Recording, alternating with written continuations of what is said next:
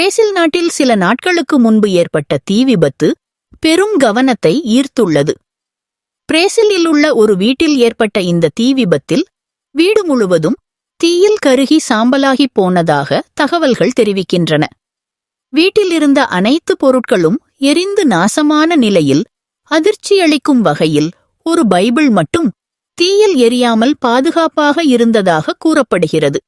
இந்த சம்பவம் அப்பகுதி மக்களிடையே பெரும் பேசுபொருளாக மாறி பலர் இதை ஒரு அதிசயமாகவும் தேவனின் பாதுகாப்பாகவும் கருதுகின்றனர்.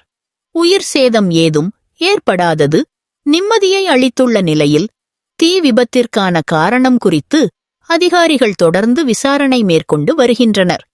இறுதியாக இந்த சம்பவம் தேவனின் மகிமையை வெளிப்படுத்துகிறது என்று நம்பிக்கையாளர்கள் கூறி தேவனுக்கே மகிமை எனக் கூறி மகிழ்ச்சி தெரிவித்துள்ளனர்.